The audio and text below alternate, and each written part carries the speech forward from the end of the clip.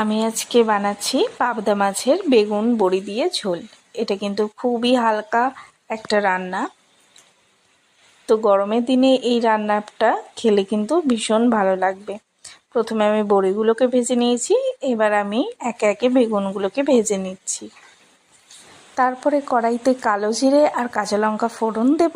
ওটা থেকে একটু ভালো গন্ধ ছেড়ে আসলে দিয়ে দেব কয়েকটা কুচনো টমেটো। এবার টমেটোটা থেকেও কাঁচা গন্ধ যখন চলে আসবে তখন একটু নুন হলুদ দেওয়া জল দিয়ে দেব। সেটা যখন একটু মোটামুটি রান্না হয়ে যাবে তখন আমি বেগুন আর বড়ি দিয়ে পর্যাপ্ত পরিমাণ জল দিয়ে দেবো। আমি কিন্তু গরম জল দিয়েছি।